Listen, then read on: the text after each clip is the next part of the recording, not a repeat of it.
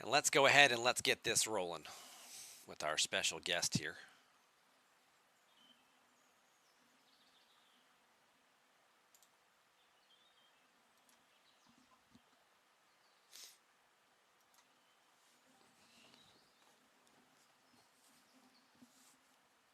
Good evening, sir. All right, give me 1 second here. We'll flip some sound settings on so people can actually hear you.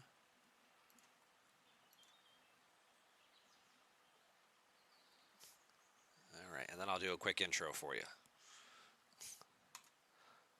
All right, ladies and gentlemen, my special guest for tonight's show has just arrived.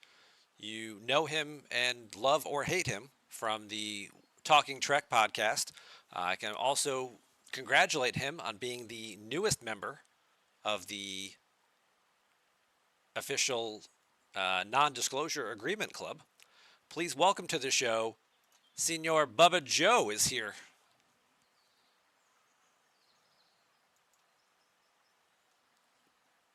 The NDA club? Yeah. Well, you guys work on. I think that's how it goes, yeah.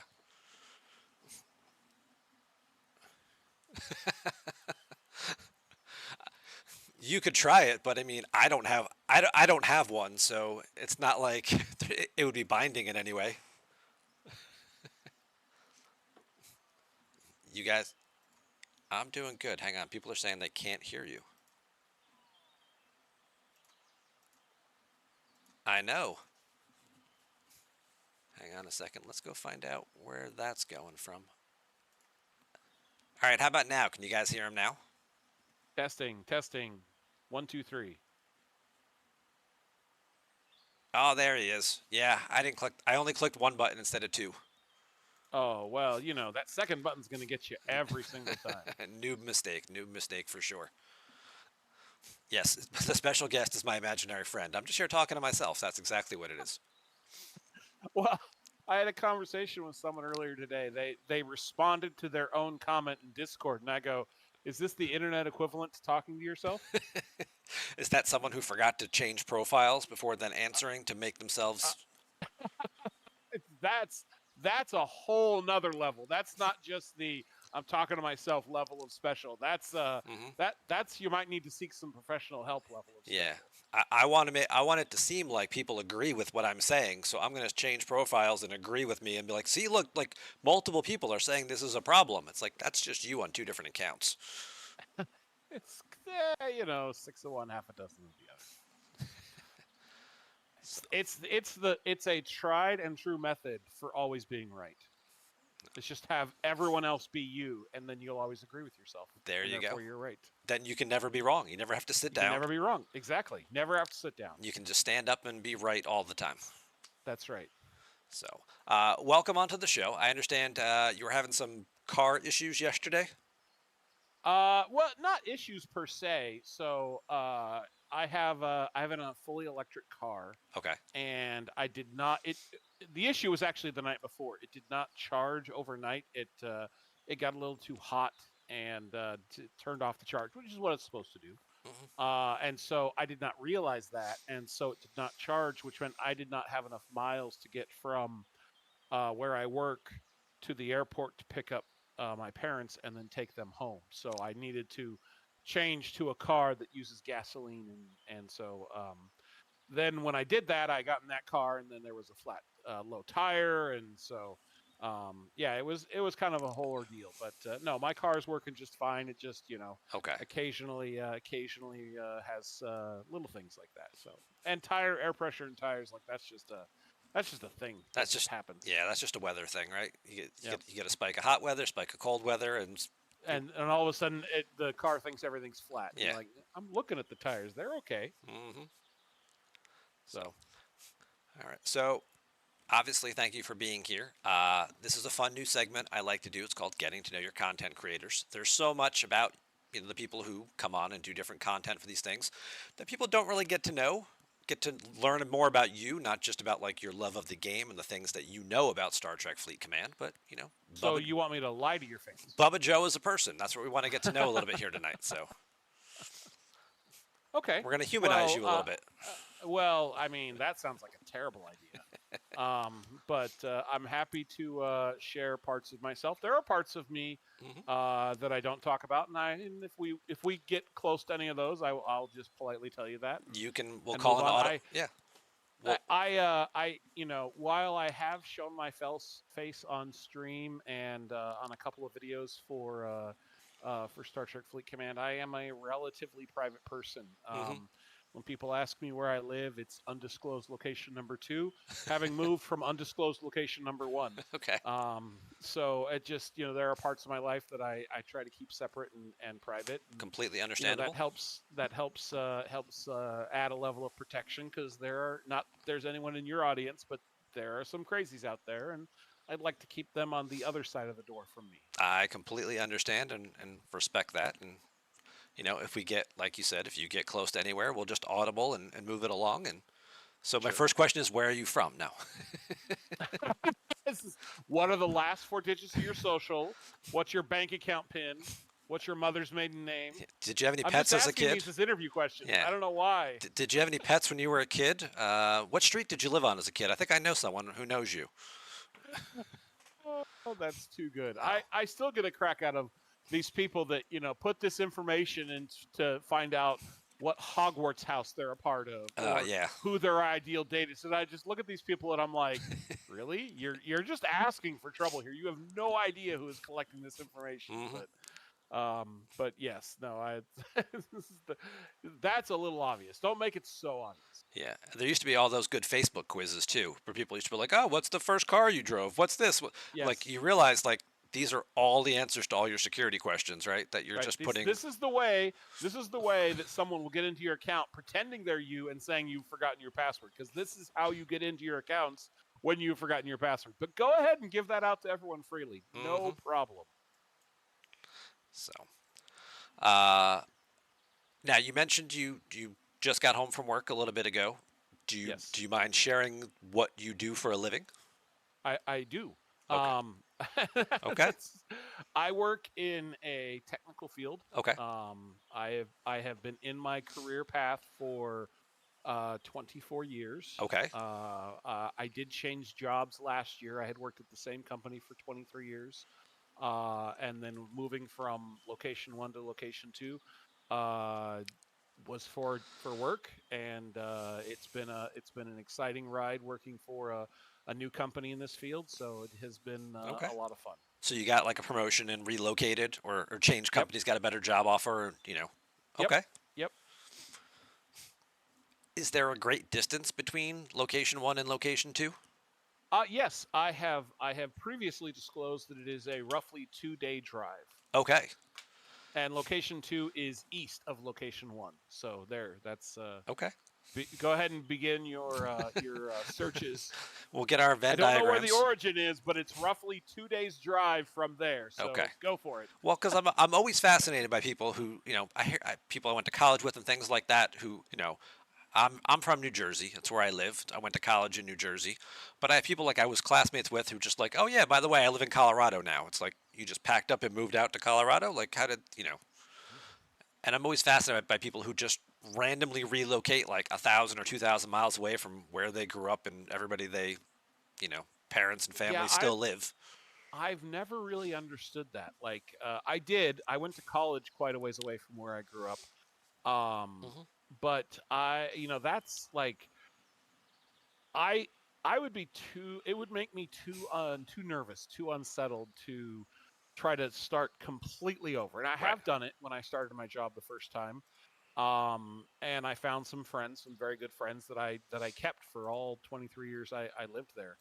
And they are still very good friends, even though I've moved. I have gone back a couple of times to break bread and have Hmm. and play games and things like that. So it has been a absolutely fantastic experience moving. But obviously, you miss your family and friends. And Right.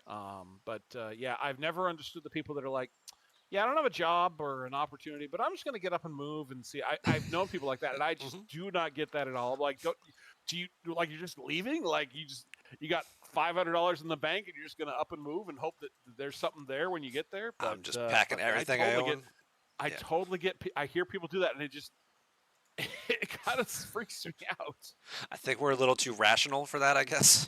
I guess I'm a little bit too old fashioned, fuddy duddy, Sure. whatever you'd like to call it. And people in the chat are commenting on this too. Like I understand, like if you went to school somewhere and then just stayed there because you liked it, okay, that's kind of a thing. But to be like, I'm from New Jersey and I went to school in Virginia, and then I, decided I'm gonna go just find out what Iowa's like. Like what?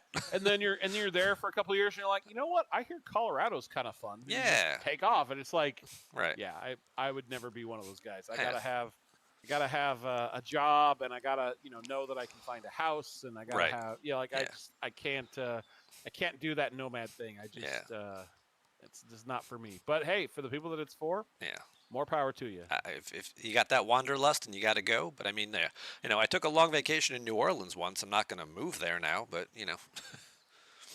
so Yeah, all right. So you've been working with DJ 2.5, 3 years now. I think something like that. Yeah, Now, yeah, probably 3 years. It started. Let's see, what was the? It started when away teams launched. okay. Okay, and he was having a show, and he was telling people how awesome away teams were and how it was gonna source all these things that we aren't sourced, and to be fair to DJ, I mean there were a lot of things to like about away teams. Yes. But I told him, I'm like, okay, well, this is me. I'm ops, and I think at the time I was ops. Um, I may have been ops 50. I may have only been 49, but I was at the high end of G4. Hmm. And I said, well, let me tell you a story. I put my three biggest statted officers on these away teams assignments, and I cannot get to a 100% completion percentage. And he Oh, goes, well, does it have to be 100%? I said, no, I would be perfectly fine if with 99% if 99% of the time actually meant that I would succeed 99% of the time. And he goes, oh God, well, yeah. what's your success rate? And I said, about 12%. And he's like, no. And so I started sending him screenshots Every of time you different failed. assignments that were 99% chance to complete, not critical. This is just to complete the assignment, right? Right. All these things that we kind of take for granted now, so I can get to 100%. And DJ kept telling people, "Oh yeah, you can always get to 100%." I'm like, "No, they've scaled this such that you can't. Like there are ops levels that it is physically impossible. Like I have my three biggest statted officers. I have exocomps boosting those stats, and I'm still not getting to 100%." And I said, and I go, and I'm okay being at 99 or 98 or 95 or even 90 Yeah. if it meant that I would do 10 assignments and I'd complete 9 of them and fail one, but I would do 10 assignments and I'd fail 8 or 9 of them and complete 2.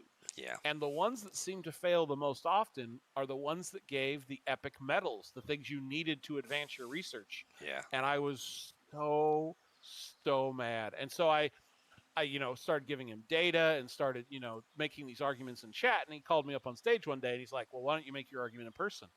And I don't remember which show it was, what number or anything like that, but he after the show he messaged me. He goes, you made a very coherent and cohesive argument, and I love that you're bringing facts to the table. He goes, we're going to try and figure out what's going on. He goes, but anytime you want to come up on stage you can. And I'm like, oh, sure, okay.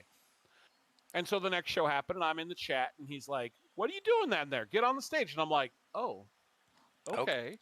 And so that took a couple of times. Then he finally's like, why aren't you just coming up to the stage? And I'm like, I just thought that's something you say when you're trying to be nice to people. And he's Right. like, no. So then I just started showing up on stage. And then he needed a break to go do some things with his family. And so I hosted a show, and he thought that was really cool. So we've kind of shared that duty a little bit. But and I was there to help him launch his Twitch. But moving 2 days closer to the East Coast meant that those Twitches were starting up quite a bit later. So I haven't really done Twitch much with him because way past my bedtime when he usually does them. But it was nice to start when I was a couple of time zones away. So Right. so that was not too bad. But yeah, so it just kind of grew from there, and we talked, and he started kind of referring to me as his co-host, and it's been a very interesting and fun relationship that has developed over the years, and I appreciate his input. I appreciate his perspective on things, and he appreciates that we're not always going to agree or have the same perspective, and occasionally he's like, no, it's not like that, you're exaggerating. And I'm like, no, no, it's actually really like that. You'll see when you get there. And Yeah. a couple of times when he's reached that point, he's like, I'm really sorry I questioned you. I'm really sorry I said that you were not, that wasn't the way it is. And I'm like, hey, I'm just, I have been known to be hyperbolic occasionally. I have been known to use hyperbole occasionally.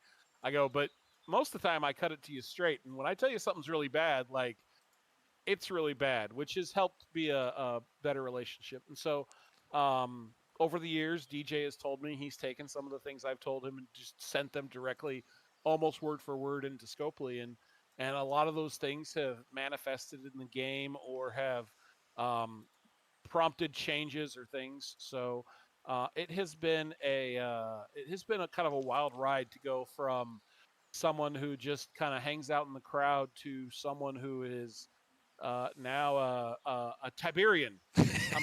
I'm copting the word. Those with an NDA, we are Tiberians.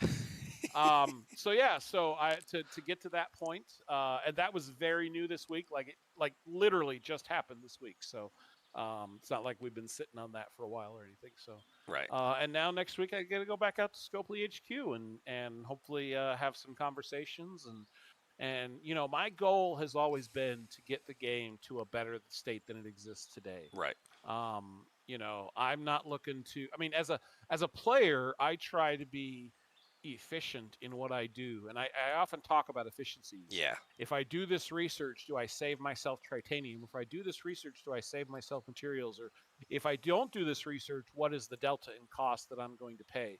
And so, as a player, all I'm trying to do is beat Scopely. Like, I don't really get anything from PvP. I'm trying to beat Scopely. Yeah. It's very But much an us as versus them for sure. Right, but as a person who loves games, I want this game to be better. Right. I don't want them to release content that breaks the game. I don't want them to release content that makes the game less fun. Right? Now there are always going to be things like if I had known, there's no way I was ever going to stop them from releasing assaults. Like that just was never going to happen, right? Um and I probably don't have a lot of power now, like just like DJ doesn't, and other NDA content creators don't. Sure. But there are things that can happen. Say maybe you should look at this, or maybe you should think about how this thing that is coming is going to interact with this other thing, and is that the kind of environment that you want the game to move into, or would you rather it do something else? Exactly. Like Um, the Treasury with the luxury tax they were going to charge is a great example of that. They thought they had a sure. great idea where, oh, we're going to put the Treasury out, but if you're too low or too high a level player for who you're hitting, it's going to steal some of your loot. And people were just like, this is a terrible idea. What the hell are you guys even thinking? And before that even launched, that was already changed and removed. So, Yeah, yeah, absolutely. So, it's things like that that hopefully, mhm. the actions that I take and the advice I can give to Echo and Beck and other members of the Scopely team uh, are are appreciated, and they understand. Like I can switch off and between I am doing this to help the game versus I'm doing this to help me as a player. And Mhm. I'm not looking to gain some sort of strategic advantage as a player when I give Scopely advice. I'm looking to make the game better. Right.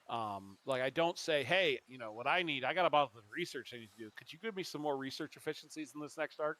Like that's not something I'm going to do. Right. But if I see a problem, say, hey, we've got this problem with, just to pick something relatively new that everyone knows something about, this forbidden technology. These numbers are a little bit questionable. This is not going to be something players are going to want to engage in. And Nope. while the tier up catalyst is easily the number one problem with it. I actually think they have another problem, which is the equip and unequip costs being too high because it prevents players from wanting to switch from one forbidden technology to another.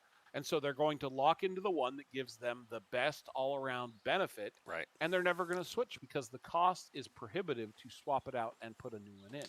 And so I had that conversation and I said, hey, Echo, can I have a conversation with you about this? I go, that the tier up catalysts are a problem and that needs to be something that needs to be looked at. I go, but I think you do need to look at this as well, even with the new Fleet Commander, which again was a pay only feature, so not everyone has, but even with that, Hmm. the unequipped cost is still far too high. If you want to keep the cost to unlock that slot kind of high, Sure. fine, that's a one time thing. But if you want players to really engage with this loop and want them to kind of play around with the different technologies, you've got to lower the cost. You've got to lower that barrier to swap them in and out. And I said, here's the numbers I'm looking at. This is what you're saying to the players is that you can only do this every so many days. And I go, and then if you're doing that, you're also eating into your tier up catalyst, which is, again, the Right. primary problem. So this is something I think you need to go look at. And I had a very comfortable and welcome conversation with Echo on that. And he's like, well, we're really trying to focus on the tier up catalyst. He goes, but I'm going to keep this in the back of my mind. And we're definitely going to talk about it because we want this to be a feature that players can get behind. Hmm. And while he stops short of saying we haven't achieved that, I think he realizes that the points that DJ and I and other content creators have made are correct, Yeah. and they do need to do something. So Echo's very presidential. He's going to stop short of saying, yeah, no, this is terrible. We know we need to fix it, but he does acknowledge when there are good ideas and good math and good numbers put in front of him to be able to say, hey, um, this is something that we really should look at as a benefit to the community so that we can get higher engagement in this thing that we've released. Absolutely, and they were very big on this.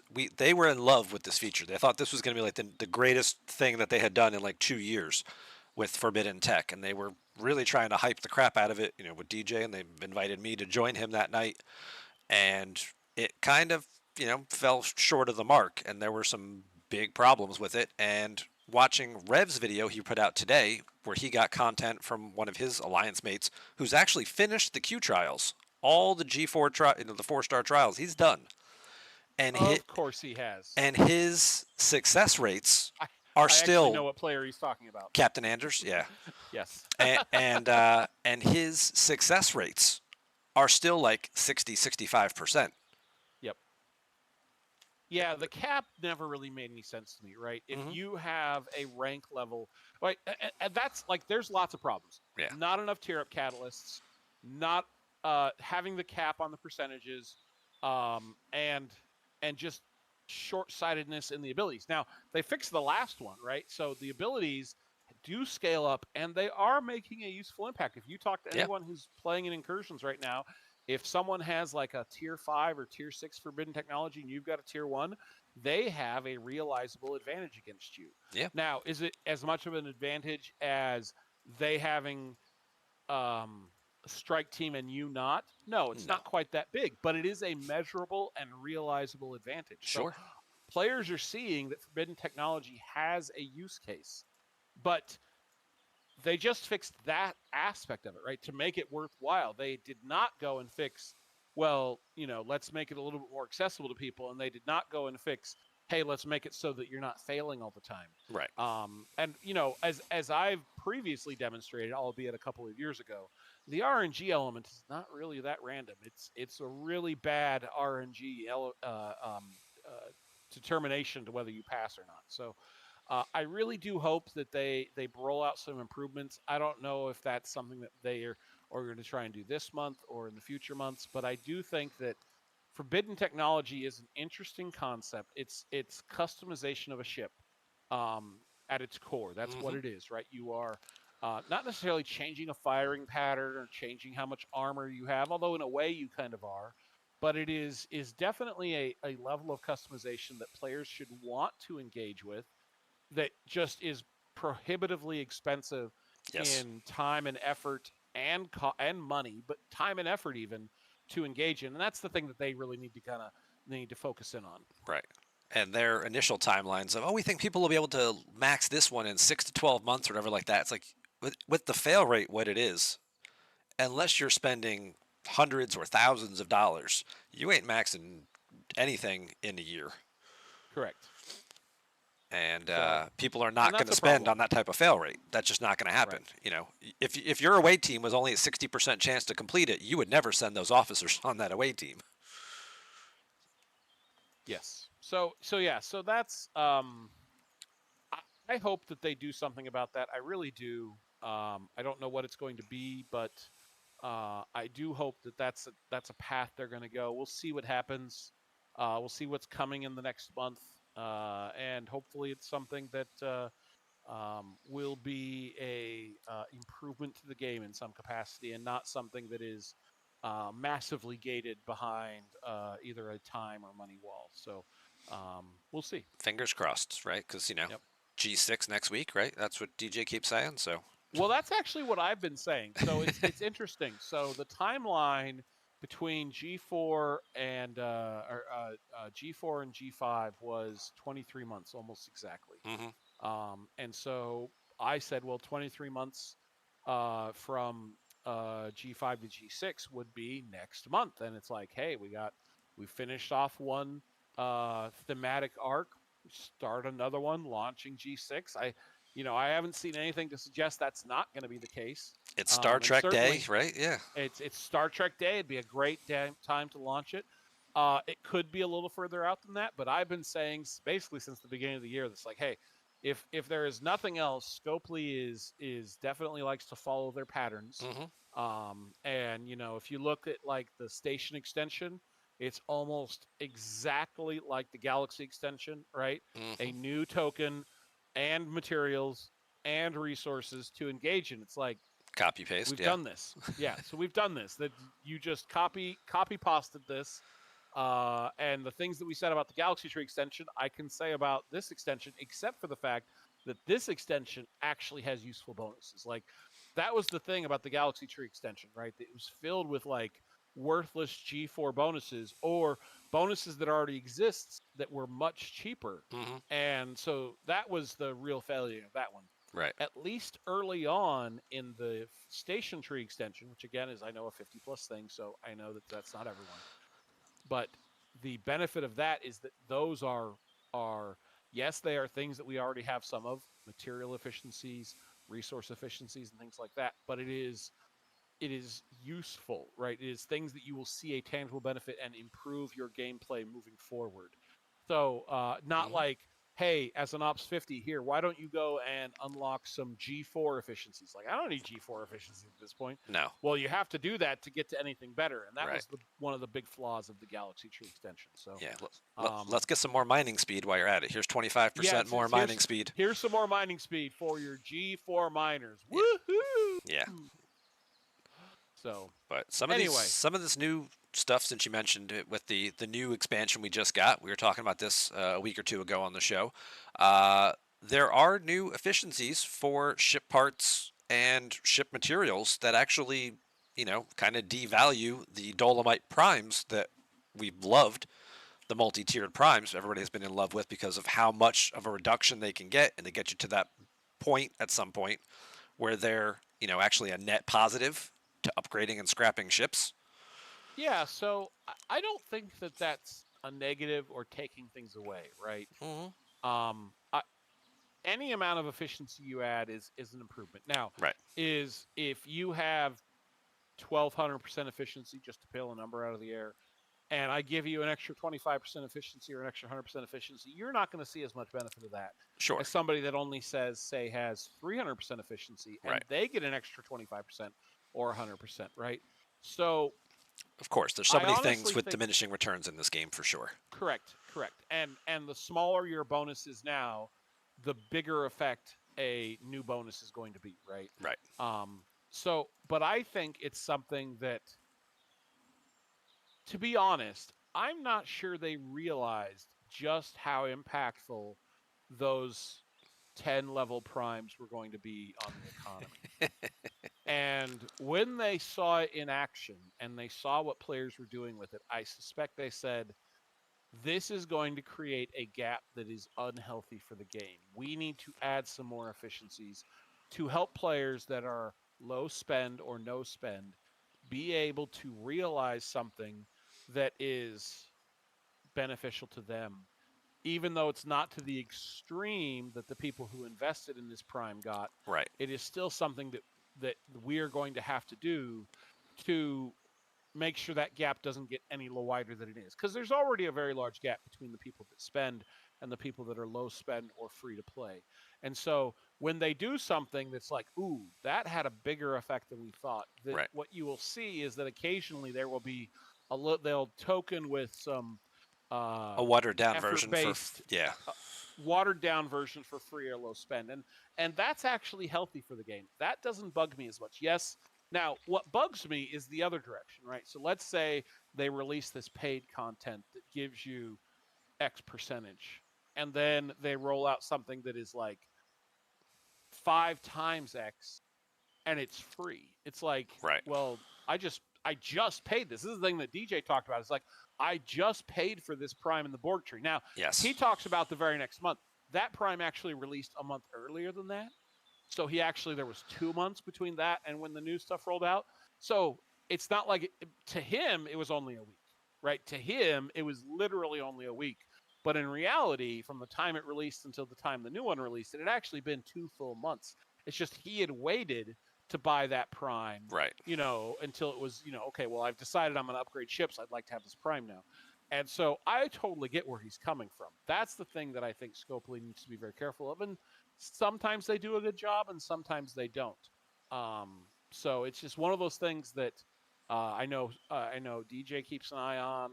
I keep an eye on. And so when I see something like, is this really the direction you want to go? Like, Right. up until recently, I was getting all of my information very late, and so it was very difficult me to make um, direct contributions like that. But I have a history. So here, I'll give you a little bit of my background. So, in addition to my career path, which I don't want to talk about, on the side, I have been involved at various levels of game design and development for various different companies for the better part of a decade. I was involved in the Star Trek trading card game, both the first and second edition that released. With Decipher? I was with Decipher, Oh, yes. nice. Um, I was involved with a lot of the Decipher games, Lord of the Rings, a little bit of Star Wars, but it was rolling out by the time I was getting involved as a play tester and providing some additional development. I then moved over and supported a couple of card games out of Joyride. There was a 24 card game based on the show 24. There was a Hmm. Full Metal Alchemist card game, and there were a couple of others. I worked on a Stargate card game. There's been a couple of board games in the past. There's a My Little Pony card game that came out Yes, that I there is. actually got to do some design for. Bronies. So that was really cool. Yes, bronies are a thing. I watched all of My Little Pony so that I could understand the content. I'd never been a brony before. I would not claim to be a brony now, not because I think down on them, but it's just not something that I live and breathe. Sure. It's just something I had to watch to learn. So in my time as a playtester, developer, designer, um, assistant designer, was never lead designer, was never my full time job. Right. Um, I I got to see kind of the ins and outs of the gaming industry and how you build from this to this to this, and so that gave me an insight as to signals Hmm. that a game company can send. And so over basically since Echoes started, um, I would reach out to Echo and go, Echo, can we have a theoretical conversation? And he's like, I don't like that. how to Like, make how I to make him understand that, but uncomfortable. Yeah. can we have a theoretical conversation? I go, I see this in the game, or you guys just released this, and this tells me you're thinking about this, Right. and let me tell you what I think about this. If this is the direction you're thinking of going, and where I think you need to be careful if you're thinking of doing this. And he goes, well, I can't confirm any of that. And I go, I understand. All you have to do is listen to me talk, and if you don't mind sharing my thoughts Right. about this thing that may not even be the direction you're going, Right. just in case it's something that might be a direction you go in the future, and how it could be either beneficial or detrimental to the game. Just get a notebook, And write this down, and if it just comes write up in a this stuff meeting down, and, someday, and it comes to a meeting and goes, someone told me to look out for this, right? and these are the things we need to be careful of. And and I think that's been a useful, a beneficial relationship, to demonstrate that, while I didn't have a lot of information, Hmm. um, I was able to kind of look at the signs that were going on and say, yeah, I think this is coming, or I think this is next, or well, we got to be careful about this because this is already a kind of a this is already the level of power we're talking about. If you boost that, then this is something that can happen, and so I don't know how much of that influenced a lot of their decisions. But I do know that when they did launch things, either because I had given them some advice or they were already thinking about this in the first place, Hmm. that some of the things came out that were definitely framed in a way that I suggested would be important. And the one example of that, and I'm sure I was not the only one. I'm sure there were a lot of people in the room that were smart about this. Was Tal, right? Yeah. When they launched, um, a hull breach officer for below decks. Hmm. I think like a week later, I reached out to Echo and I said, "Hey, I go because you've launched a below decks full breach officer. I think this is something you need to be aware of, and this is the potential impact if you release a below decks burning officer." Right. And it was an interaction with Tal, and specifically Pike Moreau or Picard Beverly and Tal, Yeah. and they hadn't announced that. That was not released anywhere. This was weeks ahead of any briefing that they were going to give to the content creators. It was just me reading the signs of what Hmm. they were doing and saying, if you do something like this, it could be bad for the game. Now, I don't know if Tal came out. Tal. I don't know if the below deck burning officer came out as scheduled. I don't know if he was pushed out or if he came out exactly when they wanted him to. All I know is that when he released, he was no longer going to work with Tal, Right. which is the only way to do that. It's the only way to really do that, to allow players to use a below deck burning ability for a ship ability or an officer ability Right. and not break the game in half in terms of hostile hitting by having him work Hmm. with Tal. So And um, Tau got capped too. That was another and at the Tal got simultaneous. They, capped. they made the change. Yes. Yeah. So so I think that I think that my feedback has been useful. It's possible that there are people at Scopely that are thinking the same way I am, or we're reaching the same conclusion. Right. But I don't disagree with capping Tau. Hmm. I don't disagree with disabling him with a below deck burning officer because it is healthy for the game. Yeah. The game becomes very degenerate if they allow them to be combined. Hmm. So I'm perfectly okay with that. So um, anyway, so it's been and I think that relationship has really led to as much of anything. Not that being DJ's co-host and co-pilot has hurt me in any way, but I think that my experience in game design and Yeah. game development and being able to read the signals and provide good balanced advice to people at Scopely with through the connections I've made, frankly, because of DJ, not because of anything I was able to do on my own. Right. And so it has I believe made the game a little bit better. And hopefully it's something that I can continue to provide some feedback on, maybe a little bit more timely, and be able to help continue to make this game better. And I know there's people that say, oh, this game has only gotten worse, and there is definitely some corollaries to the content that has been released, whether it's better or worse than where the game was a year ago. Right. But I don't think that there's an argument to suggest that the communication that we've gotten, and again, I know people give Echo a hard time, how he comes in here and he'll say, I'll take that feedback and I'll get back to you, and he never gets back to us. But Right. realistically, I can see that the things that they do between Discord posts, news posts in game, and it's never going to be enough, but the things that they're doing now between Echo and before Beck moved on to another bigger role, the things that those two were doing together were very, very important steps to improving the relationship between Scopely and the players. And it is, for those that are not aware or have not been playing the game as long, is infinitely better since Echo arrived as compared to previous community managers. And I think that that really is due to the dedication that Echo has to making this game better and making it a better place for the community. And I think he really is passionate about making this work. And I get that he's got a lot of haters, but realistically, if you look at the improvements that have been made in terms of communication, in terms of game performance is game performance, right? Sure. It's not something that he's going to be able to influence. He's not going to be able to tell game design that Assaults was terrible and shouldn't be launched. Like that's not his role, No. right? But making the best of a bad situation is where a good community manager is able to really help. And I get people don't like him, and I get people like to rail on him, but the game is much better off having Echo as a part of it than before when Echo was doing other things. And very valid points, and I'm going to agree with them. And to backtrack a little bit too, I'm so excited to hear that you used to work with Decipher on their games because I played them for years. I worked with Decipher myself for years on Lord of the Rings. I'm still working on Star Wars 20 years later.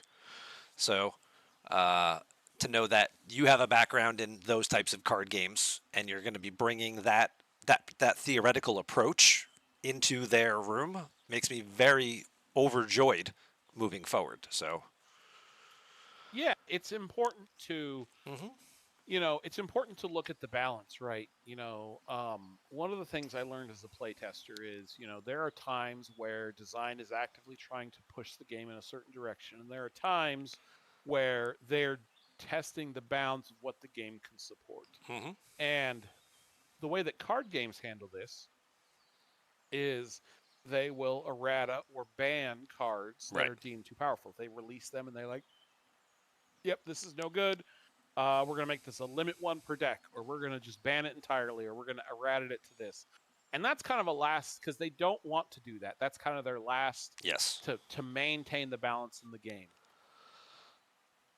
I if I could do one thing at Scopely HQ, it would be to get them to adopt that mentality. Hey, we released Strike Team. Holy smokes, is it a problem? We need to dial it back. I get that people have spent on it. We'll figure out how to compensate them. We'll figure out how that they won't charge us back and financial and all that stuff. But holy smokes, is this way more powerful than we thought it was going to be? We need to dial this back because we can't sustain that level jump because it separates the people that have it from the people that don't in an unhealthy way, right. right? And so, There's power creep that's healthy because it moves the game in a direction, and then there's power creep that is very much just a cash grab or is detrimental to the long-term health of your game, and it forces an exodus from your game of a lot of players.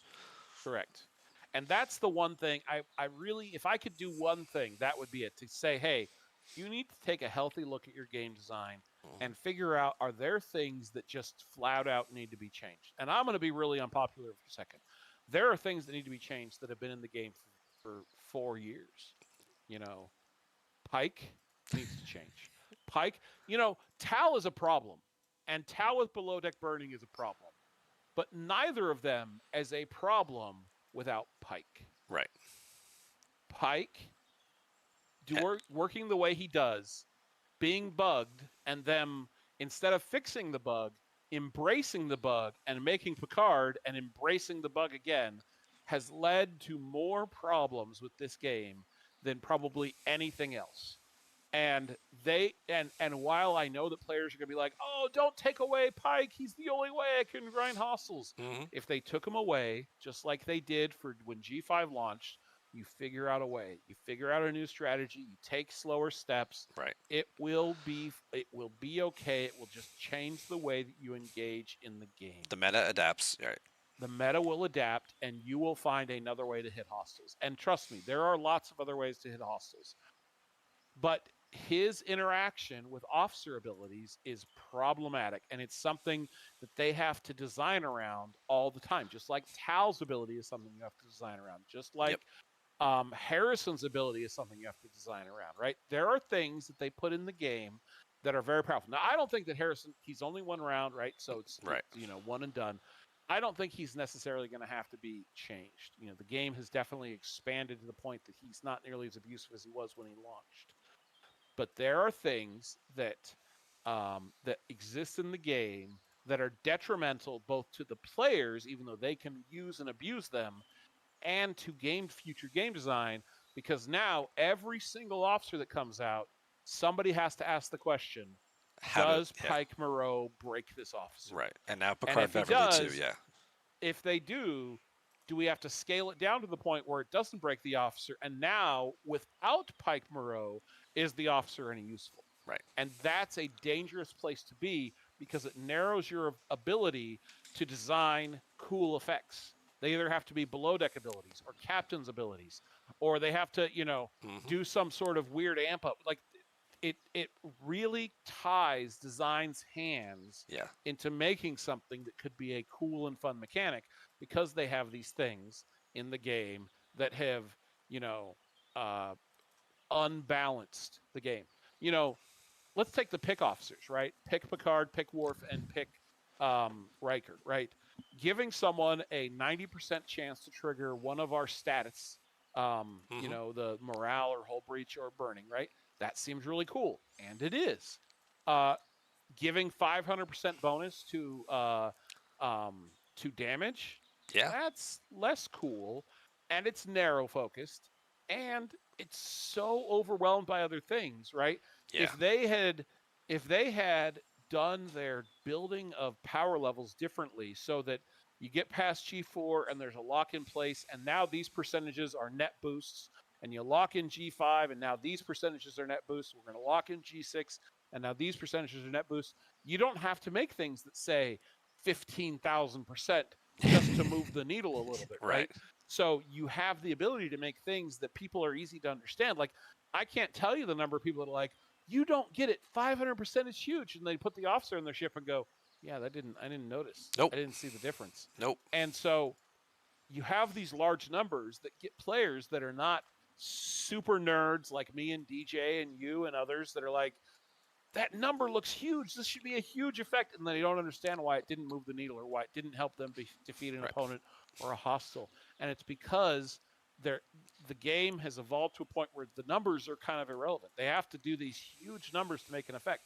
Now, what's nice about isolatic damage is that is a Yes. net multiplier, right? That Yes. is a net multiplier. So you see 20% isolatic damage, you go into your battle log and go, that's 20%. I can do that math. And when it goes up to 23%, I can still do that math and I can see what that is. Right. So that's an important thing for players to be able to understand what they're getting, as opposed to, here, let me boost your damage by 1,500%. It's like, well, I didn't hardly see anything. Right. Because And you're now some players are going to see a lot, right? right. Some players that are down in their 30s may see a lot, but players that are up in their 40s and 50s aren't going to see hardly anything. Why? Because the numbers are so convoluted. And so this is something that, again, things that are broken, things that are bugged, things that they've just kind of embraced. All of these things narrow the scope of what design can do, and so eventually they have to break out of that mold and do something. But anytime you do, there's a chance that that's going to lead Right. to a even further constraint on game design, and it eventually gets to the point where there's nothing that they can do that isn't just a drastic departure from the game, and you get this power creep upon power creep upon power creep because there isn't anything else that you can do, and that is unhealthy for game design. Absolutely. So hopefully Scopely will understand this and take a stance where they will decide to come up with a compensation package when they have to nerf things so that players aren't upset, and then take the initiative to limit power creep when they see it explodes beyond what they intended it to do. And there are plenty of That's ways that they can tone it down, right? Like you could tone down Pike's ability himself. You could tone down the synergy boost that he gets with other officers to minimize it a little bit so it's not as or overpowered. or you can do the hard thing that they did um with Neelix and say Does this not ability work. won't work. Yeah. Right. That's the brute force. Here's my square peg. I am for sure putting it in this round hole. That is the brute force approach. Yeah. The problem is what if they miss one? Yes. What if Tal wasn't the only thing that was abusive with below deck burning? Well, now you've got to go back in and you go, okay, doesn't work with Tal or Mbanga. Oh, Right. how did we forget Mbanga? It doesn't work with Tal or Mbanga. and then it's like, oh well, there's a third one. Oh my god, how many times do we have to do this, right? Right. If you keep So making that's the problem. exceptions, it starts making a Right, problem. You have to sort of fix the root cause a little bit to stop it from having that cascade effect down the line and painting yourself right. into a design corner for sure. Yep. So But anyway, um, so yeah, so that's I guess a little bit more about me as being involved in a lot of different both card and digital card games, um, and using that to help with to kind of and mm-hmm. see through the maze, right? To see what Scopely might be trying to do next, and hopefully being useful and providing good feedback, and hopefully I can continue to do that. That's what I'd really like to continue to be able to do. So um, I appreciate the opportunity they've given me, and I'm looking forward to being able to contribute and continue to make this game better without having to speak hypothetically with people, right? Say, Right. hey, if you're going to do something like this, can Right. we take a step back and look at it? Um, Right. so Hopefully you get. DJ on the last podcast, he's like, "Oh yeah, you've totally got access to this stuff." Yeah, I don't have access to any of it yet, so He was supposed to I add don't know you, when right? that's going to happen. But yeah, he's like, "Oh, I'm going to add you." That hasn't happened yet, so we'll see when that happens. But in the here and now, I'm happy to be helping Scopely as I have for the last year or so, and helping DJ and really just helping the community and making the game as good as it can possibly be. Okay. You mentioned Beck has moved on. She's now doing Yes. content creation, and Eco kind of has like 1 foot in, 1 foot out. He's kind of straddling a couple different roles. Any thoughts Uh, on who you'd like to see as a new community manager? um, no. Um, I think that so I've existed and we've had three community managers for the general community that I've known of. And Panic did a good job, but he was really in a thankless position.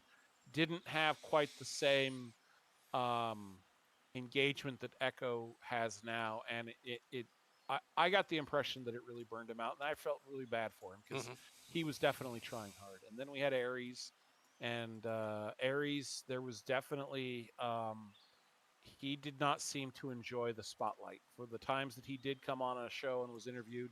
Did not seem to enjoy the spotlight, and because of that, we didn't get exceptionally good communication. Now, some of that may have been driven by management at Scopely, and some of it may have just been his discomfort. And either way, it was bad for the community. Um, I'm a fan of Echo. Mm-hmm. He has done a really good job. I don't know if there is someone out there like if you're hinting towards maybe we can get one of our content creators promoted. As much as I love DJ, I don't think this is something he would be very good at. I think he would. He's much better when he doesn't like something to be able to scream that from the sidelines, and when he likes something to be able to scream that from the sidelines. Right. And you don't really get to do that as a community manager. No. Um, and so I don't know of anyone currently. I mean, there are other community managers in the game that handle a different group of individuals. The VIP groups, Um, yes. and so it's possible that there are a couple of those that might be able to step up. But again, the difference in between managing a group of a few hundred versus a few 100,000 is a massive difference, and you're going to get it's a massive scale of difference. And Echo and Beck tried to do a very good job of managing those communities in a whole healthy way, or at least somewhat healthy. And so I think that it's difficult to say who would be a good person to, like. I don't know. Like, it's a thankless job. First off, like, Right. let's just be honest. It's a thankless job. If you do something right, the community is playing the game. If you do something wrong, they're screaming at you. Like, there is no middle ground, right? Right. There's no, hey, you did a great job. I mean, you might get that a little bit from your community, from your content creation team, and you might get that a little bit from some players you have contacts with, but you're not going to get a lot of thank you, this was great. You're going to get silence, or you're going to get yelled at, and Right. that's a hard job for people to kind of deal with. And it does take kind of a special individual who can filter through the noise and find the things that are really wrong, and filter through the people that are just yelling at him to yell at him and go, okay, well, this person's actually having a problem with their stuck ship. Maybe I can help them with that, even though all they're doing is using four-letter explicitives. So I think that I don't know of anybody, and I don't know everyone at Scopely, but I don't know of anyone currently that's at Scopely or anyone who's currently engaged in the game in a high profile level that I would say would be a good community manager. Um, but I do think that Echo is have plans and wants to move up and have a bigger role at Scopely. Right. I don't know if and when that will happen. I know that I think that that would be something that's good for him. Um, but I think he's going to have to groom someone or potentially them hire someone from another game company Right. Who's already doing it? Yeah. that is already doing it right. So my hope is that we can find somebody who is as passionate for the game and wants to drive good communication as Echo and Beck were, uh, so that Echo can move on whenever that is the opportunity to do that. But I do not believe that that is something that is eminent, and I think that that's going to take time, and it's something that's going to have to kind of be a transition. I think it's going to be something where Echo and this new individual, whoever they might be, are going to share responsibilities for a while, Right. Very and similar to what he until did with this, Beck. Yeah. very similar to what he did with Beck, and it just so happens that Beck is really, really good at the digital content creation, and this is really a positive move not only for her but for Scopely as well. This is an area that they were missing, that they were not doing, and they were not executing well in. So this is an area that not only is she really good at, Hmm. it is something an area where it's going to help the players and Scopely have a better digital frontier. And I think this is just all Yes. positive all the way around, even though Yes. it's taking her away from the community manager role. Yeah, it does need to get a little bit more detailed than just reading the patch notes. If there's a step further with a little more explanation or a little more, forethought or insight as to why this was created, things like that, instead of her just reading the patch notes on some of the Well, videos. I think that that's coming, right? I Yeah, think that it's a stepping stone. Of course, it's a process. right. So I think that we got the interview with the designer this month to talk about the racing. We got the interview with the designer the previous month to Hmm. um, Yes. the new loops. So it's growing that footprint. I think that Yeah. the patch notes is the one that's going to get the most look because it launches, on maintenance day, Yeah. and everyone's going to go look at it, and it is well written, and it is just reading the patch notes, but that while I love the verboseness of DJ, 3-minute videos are the thing. Like Yeah. that That's is a fine. real and so that is something that's so should there be another 3-minute video? Sure, absolutely. Should there be 4 or 5 3-minute videos every month? At least. I think that that's an area that Scopely is going to be able to grow and expand into.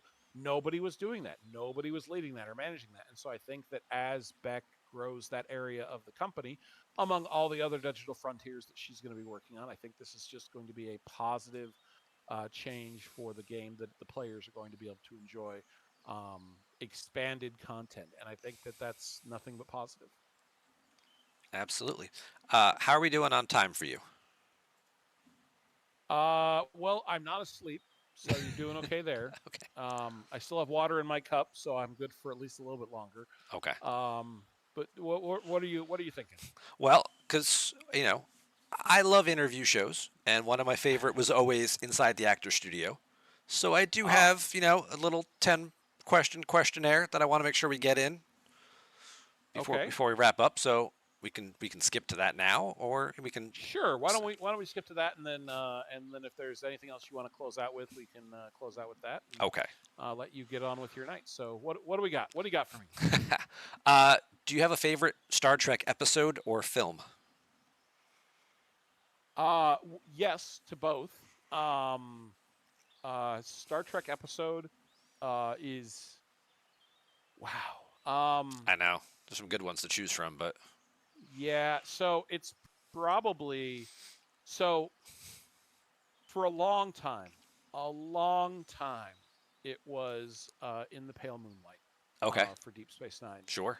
Um, and that's still easily in the top five, maybe even the top two or three. Um, but I have rewatched The Next Generation multiple times for different reasons. And I really, really love Measure of a Man. That's a good one too. And I love that what Strange New Worlds did with Right. Ad Astra per Aspera, um, and so I think that um, it's going to be one of those three. I'm going to say In the Pale Moonlight because that's typically been my answer, but it is there are a couple that really hit me. There are a couple of others, but those really hit me when I watch them, and they resonate with me on a lot of different levels. Favorite movie is easily and by far away the best Star Trek movie that is ever released, and that's Star Trek Six. You have not appreciated Star Trek until you've heard it in the original Klingon. Star Trek and Shakespeare both. Star Trek Six is easily my favorite movie. If it is on TV, I will stop and watch it. If I have nothing to watch, I will put in Star Trek Six. It is absolutely a fantastic movie, and I enjoy it. No arguments. Your episode choices were fantastic. Star Trek Six is certainly one of my top three films, I would say. So no arguments there. What do you have in its let's compare notes. What do you have in its orbit? Uh, Wrath of Khan and First Contact. Okay. I don't have any problems with that. Yeah. I have found that Wrath of Khan does not seem to stand up uh, like the other Star Trek movies have. The pacing of Um, it is a little slow in parts. It drags on a little too yes, long in the middle part for a little bit. yeah, it definitely has some that I didn't remember. The first Hmm. time I watched it, it's like, oh, this movie's so great, and people tell me it's great, and it actually is. Right. But as I've watched it more and more times, it does run aground a little bit, and that's why it's to me it's firmly below Star Trek Six, which I think hits on a lot of notes. Hmm. Um, First Contact for me is very good. Um, Actually, other than Nemesis, all of the TNG movies are good. They have their issues, but they are entertaining and they have decent quality in terms of effects. They're a little dark in the lighting area. I have no idea what happened if they didn't pay the power bill or what, but they did a good job, I think, of telling a story that I enjoyed in all of those films except Nemesis. Nemesis is just weird. Yeah. Um, and then I also really like Whales. I think Star Trek Yeah. 4 is a Well, vast departure from every other Star Trek movie. It stands out in a way that is different and it's entertaining. So for mhm. me, it's the six, and then four, and then these other movies kind of have their flaws and their benefits. And but yeah, no, I think your list is fine. you can't go wrong with the even numbered ones. The odd number ones, other than Search for Spock, are all pretty much trash. Well, Search for Spock is also a little rough, It, right. But at but least you you at least get a couple moments in that one where it's like, okay, there's a little interaction, a little fight. The Enterprise gets blown up. Like you got some cool stuff going on there. At least like you one do one you in do five are just garbage. Oh yeah, and actually, five is has some great lines. Like when people ask questions, my go-to now, it's a little bit more relevant now, is people, the scene from Avengers Endgame or Avengers Infinity War. There's a who is Gamora? Why is Gamora? Yeah. And like that's your response to a question is like why is artifacts or whatever, right? And it's a funny thing, but my response to that sort of inquisitive was always, what does God need with a starship? And you don't have that if you don't have Star Trek Five. So Very true. while there are problems in Star Trek Five, it gives us some things as well as what I if you allow me to open the curtain here a little bit, I'm going way off the rails. This is how DJ and I go off the rails because I definitely help him.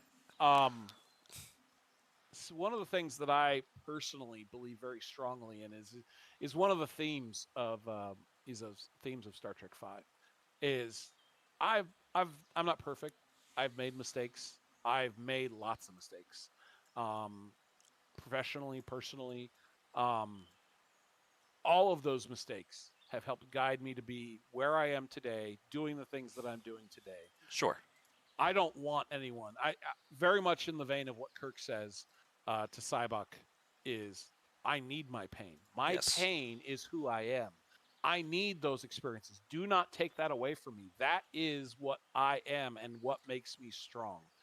And that's something that I believe very strongly in. And again, you don't have that, or what does God need with a starship, or some other pretty good things in that movie Hmm. without that movie, even though that movie is a tire fire. So Yes. uh, I agree, one is rough, five is really rough, but there are things that you can find, little tidbits in these movies that you're like, that I identify with that. That resonates with me. And I think that that's one of the things that's really cool about Star Trek is that people can see different episodes and different characters and go, I identify with that right there. Even though I can Yeah. recognize that this show is not for me and this episode is not my favorite, there was something there that that line I resonated with, and that's why I continue to watch Star Trek. Absolutely. And they really do a great job trying to hit a variety of different, you know, personality types and demographics and things like that to be as inclusive as they possibly can be. Right. So, moving along, do you have a favorite video game of all time? Oh, that's not fair. Um, So, so so many I, systems, so little time. I know. uh, so um, I'm going to. I can't. So I'm going to give you. I play franchises. Okay. Okay. So I'm huge into the Final Fantasy games. Yes. Um, which by extension, I love the Kingdom Hearts games because I also like Disney. So that was an easy transition for me. Hmm. The carryover there. The Dragon Age games were fantastic. Mass Effect games are fantastic. You can sense the Fallout games. I've played every Fallout game except for the newest one to completion, hundreds and hundreds of hours into each one, multiple time playthroughs, doing every side quest, everything you can do. But there's a little herd of game series, and it's got three, and it's not very popular. It was on PS2 only. That is by far and away my favorite. I loved the story. I loved how it made you think about the interactions of technology and religion and how these things came together. And it was a spin-off of a PS1 game a little bit. But my most favorite video game is the Xenosaga franchise. Xenogears was a PS1 game, and that was kind of out there in its day and age, and that was a little bit different. But Xenosaga 1, 2, and 3 are absolutely fantastic. They don't stand up to the age of time. They look very dated, Right. but I do love the way that the politics of the different factions and how your characters have to exist in this universe and how they're like the technology and the who is God and what is this power and all of these different things. Can I do I have a soul if I'm a machine?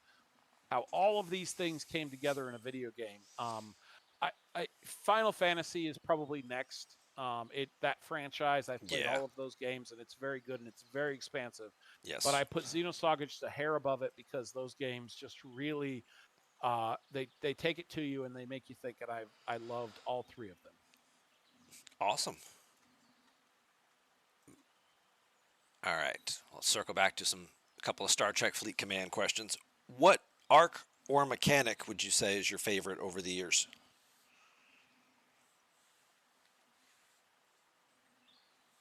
Hmm, that is a good question. I know which one's your least favorite. That's probably assaults, but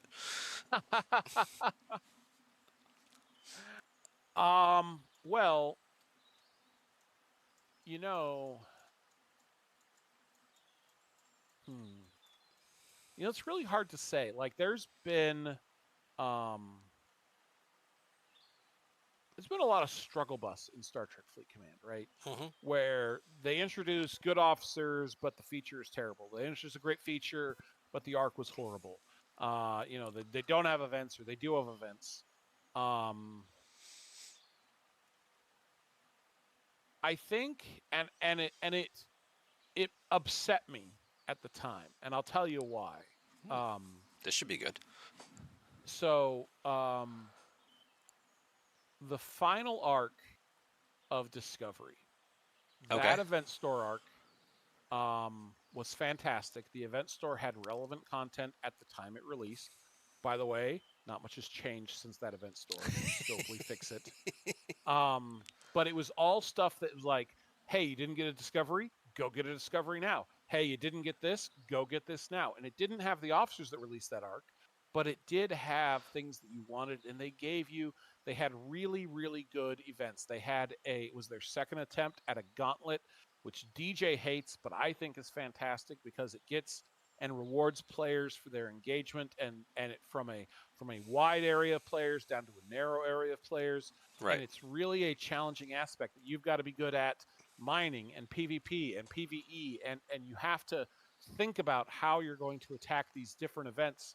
And so that that gauntlet, that event store, the amount of loot we got, um, that arc, probably the Discovery is a ship that at the time when it launched, it was terrible. Yes. It had a range of like 29. And then they introduced summoning. And while summoning was game changing, it pissed me off. And it pissed me off because I was a G4 player Okay. and I had invested in Oh, G4 mining ships yeah. to be able to get to these further nodes. And now anybody could get to them, right? And so Yeah. now I had completely wasted all of this effort I'd put into these G4 miners. And now they were completely worthless. Like they didn't mine as fast as the G3 miners. And now their range advantage was completely gone. And so it upset me and a lot of other players. Not a lot, a small minority of players in a similar category as I was Right. that There's a had put handful. all of Yeah. this effort in these miners that were otherwise completely worthless, but had range so they could get to deeper nodes. And now that was completely invalidated by the discovery. So while the discovery did change the game and did add a massive change to the way players can engage in different types of the game and have a massive impact on PvP and have this impact, that event store that month launched, I believe it launched Gigi, Lorca, and I forget who the rare officer was. But it was a great, great month. Maybe it was only Lorca. Gigi may have launched the month before. But regardless, that month was fantastic. The events were really good. In my opinion, it hit all the boxes for me. And that Okay. was a while ago. Yeah. Um, you know, I liked the first month of Deep Space Nine, but the feature was so bad. Like it just, I loved Cisco, I loved Miles. I thought they were fantastic together. I liked the idea of this infiltrator thing The spy and thing. Yeah. the spy thing, but the feature was so bad. Yeah. I mean, Starbases never were realized, and I can't forgive them for really something that not only was it not good to begin with, like it was at its absolute best, it was bad, right? Right. And then it got worse from there. So Right. no, I can't pick the one. Even though Deep Space Nine is my most favorite, I think they did a fantastic job on the design of Cisco and Miles, and the infiltrator thing was a lot of fun, and I would love to see more of that. That feature just ruined it for me. And unlike what we got with Disco's, the final month of Disco, where I think that really hit all of the notes Right. in a really good way. Right. Star bases were a letdown, and then they compounded the mistake with starbase assaults. Yes, yes. Is that your least favorite assaults, or is starbase itself the least favorite, Um, or something you hate worse that I don't even maybe I don't know? no, no, that's pretty good. So I'll tell you. I well, I mean, if I can pick, uh, so it's probably as far as a feature, it's almost certainly the Starbase. Like, Hmm. um, but there's been a bunch. Like, I hated the Galaxy Tree expansion with a burning passion, and I still, while I have been able to burn G4 materials in that Galaxy Tree to score in auctions, Hmm. I have never realized any real benefit from that tree. It's the only thing I've done is to burn some materials that I have no other way to burn. And it's just, I know that I'm never getting any value from it. And it's so frustrating to engage in. So that, um, that was up there. Assaults is terrible. The Starbase in general is just bad. Right. Um, they have had some clunkers. I don't. The Mantis. I hate the Mantis and everything about it. Okay. The only thing about the Mantis that I enjoy is the refinery. Right. Um, but the Mantis was trying to compensate for what they had already done, right? They were trying to compensate for Strike Team and go, This will level yeah, the we playing probably field. Yeah. this will level the playing field. It's like, no, it won't. Like that's not what it does at all. And now the Titan has basically invalidated that effect of the Mantis, Right. them realizing that that was not a good idea. Not that you can really use the Titan as a counter to the Mantis because this game doesn't really support that sort of mechanic. But that's that. There you are. That's what we have. So there have been a number of features that I have thought, oh, what are they doing here? Like I said, the Mantis gave us some syndicate rep, which was really important and Yeah. still remains important. But everything else about that loop just frustrated me. And Starbases is right there, right behind it, maybe right ahead of it. Um, and I think that Forbidden Technology is going to be the third thing that's just they've just completely missed the mark. Now, I will tell you that at the time, away teams assignments was my absolute what are they doing here because they scaled it so that they couldn't be completed by all players, right? Right. Right. If you want to make it so that I can't get to 120 or 130 or 200% completion, um, Sure. fine. I'm okay with that. Yeah. But you can't say that I'm using the three best officers that exist in the game, right? Literally the best officers that existed in the game, and having them maxed and putting them on an assignment is not going to get me to 100% completion like Yeah. that.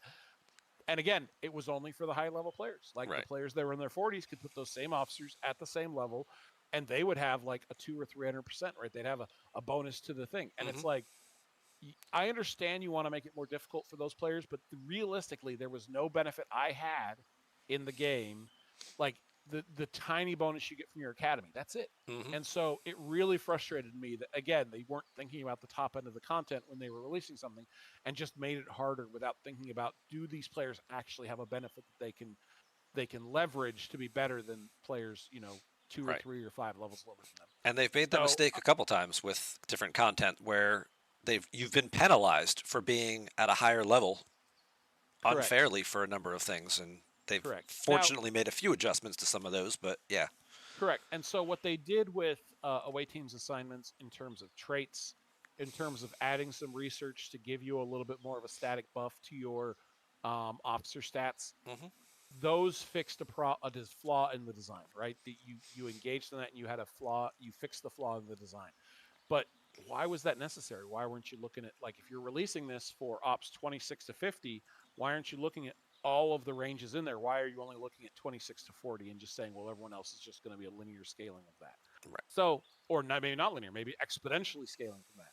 But regardless, um, there have been features that they have launched that I really, really hated at the time, have rolled around to like away teams assignments. I have not rolled back around to assaults. I still think it's just absolutely the stupidest thing ever. And I'm afraid that that's where we're going to go with Forbidden Technology. And I hope not, because I see Forbidden Technology as the ship modification that people have asked for Yeah. 5 years. And it's just not functional at this point in terms of being able to be something you can engage with. Forbidden Tech definitely has more of an opportunity to be adjusted easier than Starbases Yes. does, because Starbases, they built, all the requirements for upgrading the Starbase, and then it ties into so many of the researches that you then need and scaling those up as well. And it's a very convoluted tree to start untangling to make some adjustments to.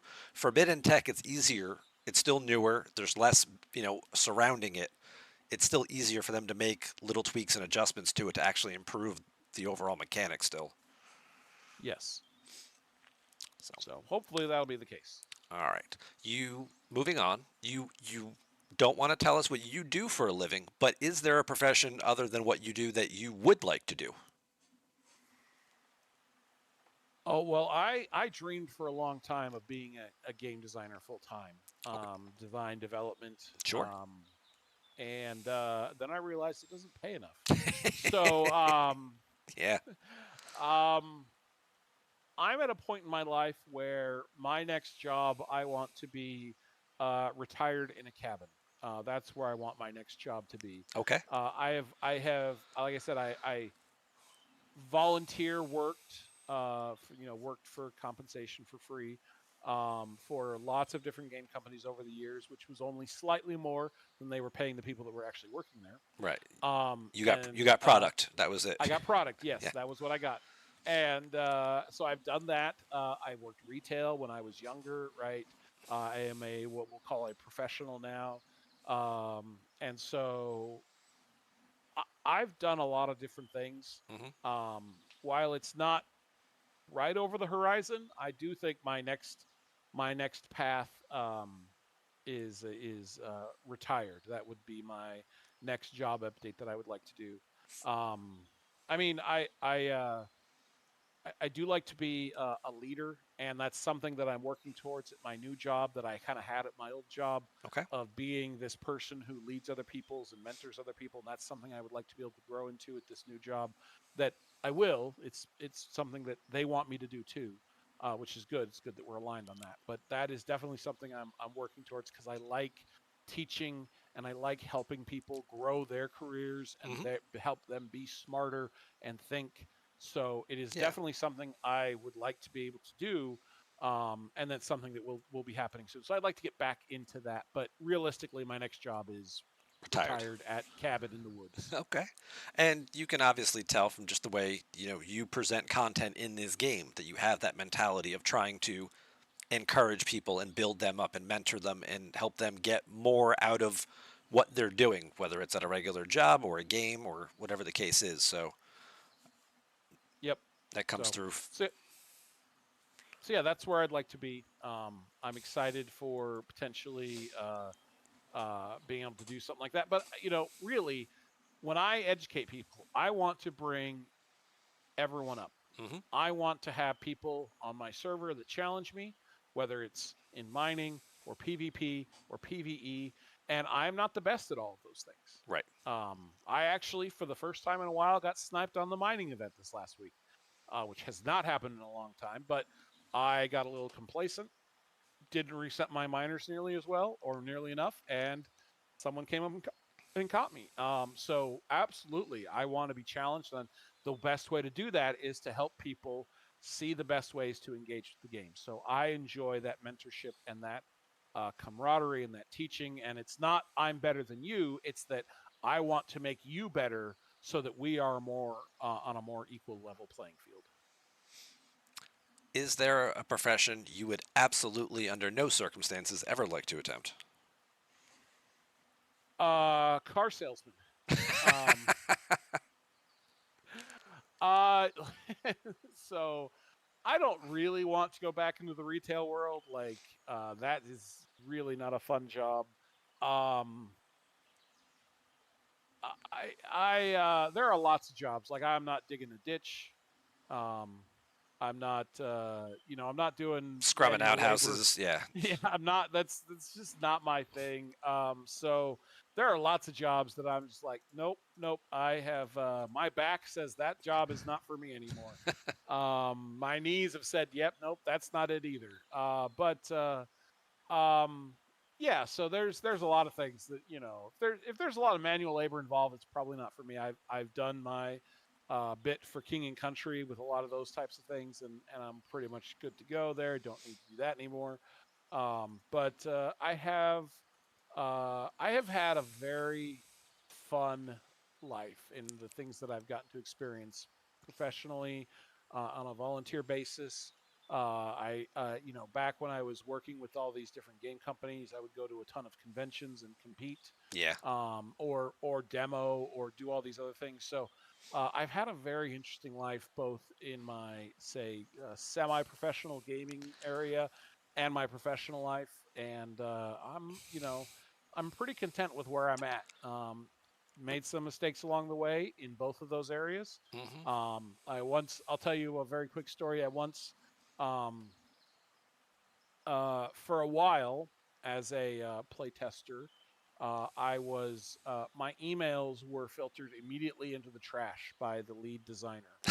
because they were tired of me telling them that they were wrong. Telling them they were wrong is probably the kindest way you could put what I was saying. I was very much more um, Blunt. uh, blunt. Yeah. There's a good word. I was very much more blunt than I am today. Even though people might think I'm being blunt when I tell DJ to sit down and be wrong, that was not always received well. And I was very blunt and not very forgiving and sometimes not very gracious about it. So there was a time where I was working as a play tester, and all of my emails were going straight into their trash. Um, and it was not discovered until one of the other designers talked to this designer and said, "Are you paying attention to what this person is saying?" And they'd say, Nope. "No." And you probably should pay attention to what this person is saying. They have some really good points. We should probably think about making some changes here. I understand there's a little bit of an issue here, but let's go take a look at this. Right. That was a point in my life, and that was something I wish I wouldn't have done because it did hurt my working relationship with that individual. And even once they started reading my emails again, it did impact our ability to work together. So I wish I wouldn't have done those sorts of things, but I definitely am at a point in my life where, again, not right around the corner, but as soon as I am financially able, my next job is going to be retired. Yeah. Um, And don't that want to have to work as a greeter at Walmart to say, oh, that's how I gotta get my medical insurance. No, no. right. When I retire, it will be to a cabin in the woods, Right. probably. Working at Starbucks 2 days a week or whatever just to get yeah. Now, see, that's not a terrible thing, right? If I could, do something there to get free Starbucks, that might be something I might have to look into. I don't know that I'd want to do Starbucks. I might try and find a smaller coffee shop, Hmm. right, that might be a little bit less busy and still quality coffee because I mainline coffee. I don't know if So, they're still doing it, but I know for a while Starbucks was allowing part-time employees access to health insurance and benefit plans. So a lot of people had part-time jobs working 2 or 3 days a week at Starbucks because that's how they got their insurance because their primary employers either didn't offer it or they were retired and couldn't get it and the Medicare supplement wasn't enough or whatever. So I don't know if they still do it, but I know a few people who were, that's what they did 2 to 3 days a week. They worked at Starbucks just strictly for the low cost medical insurance. hey, that's that. I can think of worse things to do. Yeah. We talked about some of them. Yes, we did. Yes, we did. All right, what do we got? What sound or noise do you love?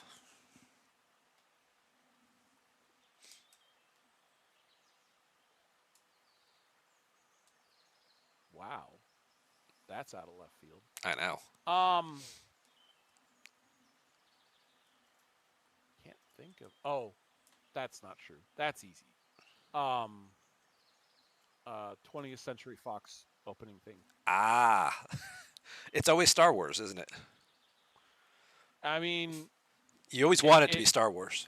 you always want it to be Star Wars, whether it is or not. But Yeah. that it makes you think of Star Wars. It takes you to that happy place. Yep. Uh, that is my that easily. That's right there. And this is still very true because I mean, even now that they don't do it at the beginning of new movies, the first time I saw one of the new Star Wars movies and it didn't have that, I almost wanted to just walk out. I was like heartbroken right then. Right. But my wife will watch movies while I'm working. I work from home, so I'll be in the office and she'll be watching a movie in the other room, and I'll hear that start, and I'm like, "You're watching Star Wars?" And she's like, "No, she's not watching Star Wars. She's watching like Steel Magnolias or something." But it has that same sound effect. Yeah, I mean there are other 20th Century Fox movies that have been good over the years, but Sure, yes, it resonates that feeling that you're about to watch Star Wars. So no, that's a good one. I that's like that. definitely it. Sound or noise that you absolutely hate. Um, the ringtone associated with my brother Oh, because it okay, means he needs something, okay. and it just annoys me. He only calls when he needs stuff. Correct. Okay. Is it a custom ringtone, like an actual song, or Yes. okay, No, it's not an actual song. It's a muffler. okay, It's someone revving their engine and the sound from a muffler. okay? Uh, Favorite curse word? Um, I don't. I really try not to curse. I let one loose on a stream of DJs not too long ago, Hmm. when we were playing a game, and somebody was doing. We were playing a game, and someone was doing something. I was like, "No, don't put it there!" And I let one loose, and but I don't really have a favorite. A go-to or nothing? It's I, I yeah no. You know I um I'll gosh darn it or something, but I don't really I don't swear, and I tend not to even like replace it with things. Like I've loved when people have been creative, you have commercials like um it's an old commercial. Gosh, it's probably 25, 30 years ago now. But there was this field keeper for the Chiefs, and he had misspelled Chiefs as chefs. yeah. And it was a Snickers commercial, Uh right? huh. And in that commercial, he ends it by saying, "Great googly moogly." And Yep. so when I would say, like if I was feeling like I wanted to swear, like just at something so stupid that I had done, that might be something that I might utter. But as an actual swear, no, that's not really my style. Not something I try to avoid actively. Okay. Now you guys went to LA 4 months ago, and Yes, you're going back again now. Now, was that the first time you had met the actual Talking Trek crew in person? it is the first time I had met uh, DJ in person and a lot of the crew. I had met some of the crew before that. Okay. What's your preference or feeling on the handshake versus the hug when meeting people for the first time? I'm a hugger. You're a hugger. You're going for it. Going for the hug. I warned everyone. I'm like, I'm giving you a hug until you tell me otherwise. Okay. Because I always wonder about that too. People are weird with their boundaries, and especially like And you I feel like respect you I you feel like you know totally each other, respect their and yeah. boundaries. Totally respect their boundaries. I said, but if you do not tell me otherwise, I'm giving you a hug when I see you. And I don't I'm trying to remember if anyone said no, and I don't think anyone did. Um, but yeah, everyone got to give a big hug, and I got to give him a hug goodbye. Um, Putz may have said no. I don't remember if he said yes or no, but yeah. So I'm a hugger. That is for sure my modus operandi. Okay. Last question. Who would you like to see in the hot seat next? Well, I apologize. I don't follow you. I don't know Oh, who you've had and who you haven't. Trader was guest number Um, one. You're guest number two. okay. Well, I think what we both work with DJ, and we actually have very different perceptions of the game.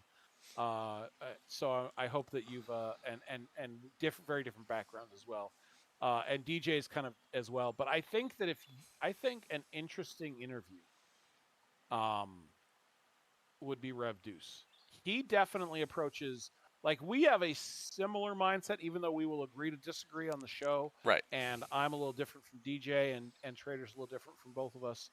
Uh, I think that Rev approaches content creation and support or not support of this game in a very different way. And I think he would make for a very different interview than what you've had. And I think that would be an interesting listen. Awesome. Well, that's all that I have for tonight. I know DJ's been live for a few minutes now, and half of our audience drifted over there. But Only half? You're doing something good then. yeah, I still got some people here. They're multi-streaming. They've got both channels up. They're being polite. Oh, okay, okay. So when I So, raid well, into DJ, it'll be like 7 people. But there's they're like, yeah, most of us are already here, but this is like, yeah, yeah, we're rating in now. Uh, All right. Well, thank you for having me on. This was enjoyable for sure. I'm happy to come and talk to you again. Maybe not as a formal interview, but if sure. there's something we want to talk about, I'm happy to contribute and happy to help out any way I can. And thank you again very much for agreeing to this. And I look forward to doing it again sometime soon as well. So safe travels. Have a good meetings and invites. Uh, Hopefully, again, you get things moving in the right direction over there for them. And we'll see you back again sometime soon. All right. Thanks a bunch. Have a good night. All right, folks. That concludes our interview with Bubba Joe for the night. We are going to go rate out our dear friend Ultimate DJs, who's been off and running for a little while. Thank you all very much for being here this evening and hanging out with us. And hopefully, you got to learn a lot more about Bubba. I know I certainly did. And I look forward to seeing you again for my next stream Sunday morning. We'll be back. Hopefully, we'll have some new mechanics or something more interesting about the game to talk about. Maybe we'll get some more spoilers about what's coming up for the new arc. I don't know. Uh, but thank you again. I'll see you Sunday. If I don't, see you around the galaxy first. Take it easy, everybody.